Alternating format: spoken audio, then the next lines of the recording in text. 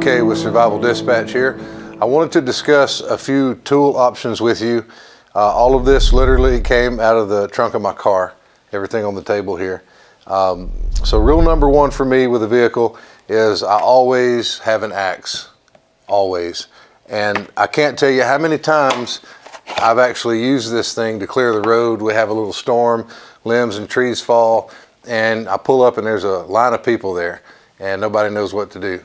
And in one case, I actually had my chainsaw with me at the time in the truck, and the chainsaw took a dump right in the middle of the tree removal process, and so I had to default to my trusty axe to clear the road. And so I did. I prefer what's known as a camp axe or a boy's axe type length. I have long arms, so I like using the shorter axe, and I can also put this on the outside of my rucksack if I'm in a situation where I feel like I need that type of a tool. I'll carry that. This is a Kydex sheath that a friend of mine made for it. And so that lives in the trunk at all times. And also it's awesome for getting into and out of things. Can't say enough about axes. So have one in your vehicle. I will not have a vehicle that doesn't have an axe in it. Also rope, hugely important. I've pulled people out of ditches before. They've been stuck and I'll hook up and pull them out of there. That's about 100 feet. And the load rating on that is good enough that you could rappel, you could do a lot of other things with it. Hugely important. Shovels, I have two different options.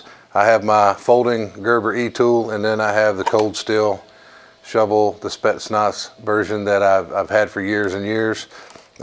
This one remains in a fixed position, so there's times, you know, I like the advantage of this, being able to grip it with both hands and dig trenches and things like that, and holding it sideways and using these sharpened edges as a sling blade to remove vegetation.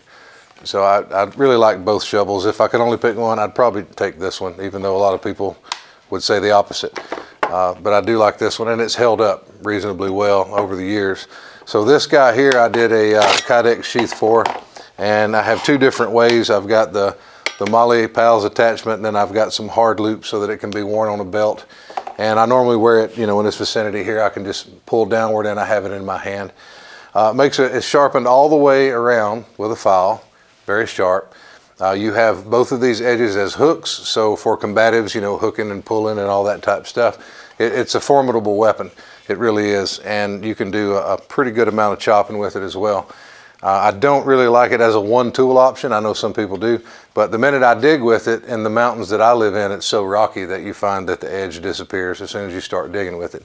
But a really good option, and good to have in a vehicle, because oftentimes if we have a flat tire, there are situations where we need to dig a little bit to get that vehicle out of that situation.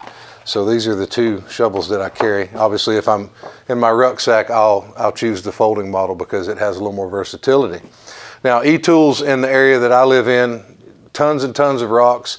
So sometimes an E-tool is not really the one tool digger for that area. So I carry this also, and yes, there's dirt on there because I actually have used this stuff. This was just used yesterday, as a matter of fact.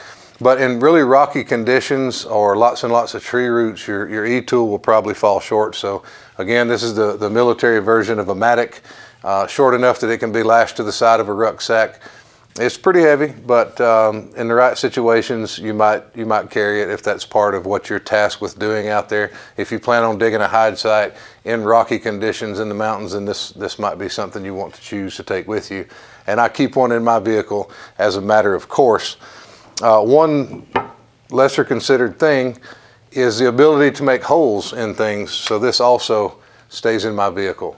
If I get out there in an area that doesn't have electricity and I'm in a project where I want to join things together, I simply drill a hole through it, then whittle a dowel and tamp it in with the back of my axe. That's how we did it before we had nails and glue and screws and Home Depot and all of that stuff.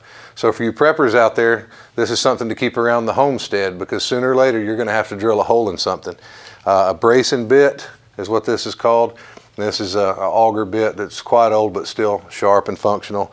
I actually found this at a flea market for 10 bucks. There were two of them there that day, and so for $10 each, for 20 bucks, I got two drills that are calorie operated. They don't rely on electricity, and I think that's something that every homestead or every prepper, you know, should consider having with them.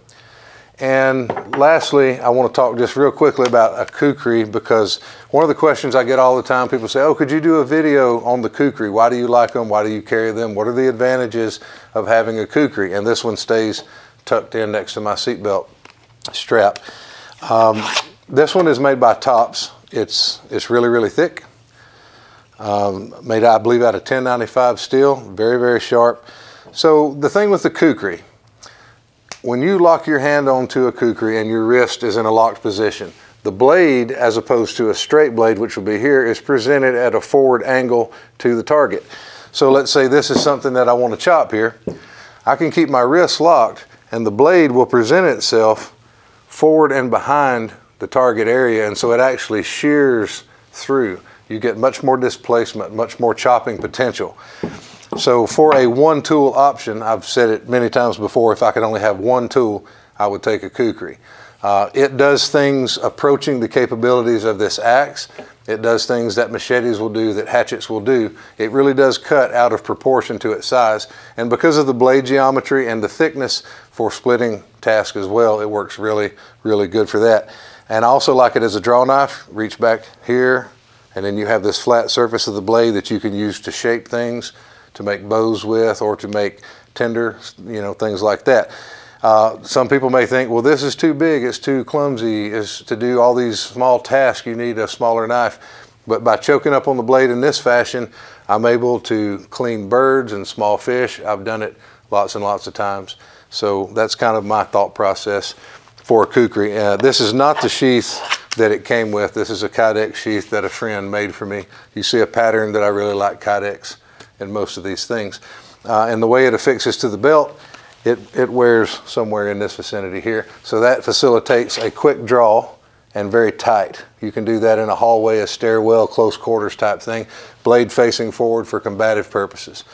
It also has some metal protrusion toward the end that you have as an impact weapon or to strike things, crack nuts, that sort of stuff, and a bow drill divot inside the handle. So if I want to do a friction fire, it's there for me to use instead of having to go find a bearing block in nature. So this is the Tops Bushcrafter Kukri.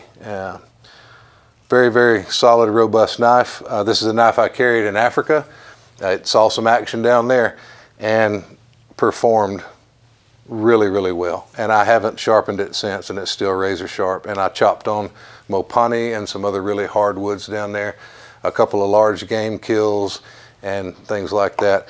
So really solid knife. But I just wanted to present some of these things for you to consider to have in your vehicle. They are a little bit heavy, but since your vehicle is your closest resupply point, because your vehicle is how you got probably where you are now watching this video, your vehicle's parked outside, and your vehicle is a beast of burden. Now once we start transitioning from a vehicle to now we're going afoot, we're going to put on a rucksack, then we're starting to rethink some of this stuff and get smaller and lighter, which I would grab that and maybe that, the two lightest and most versatile options. So hope you enjoyed the video. If you have any questions or comments, please leave them below, and we'll see you next time.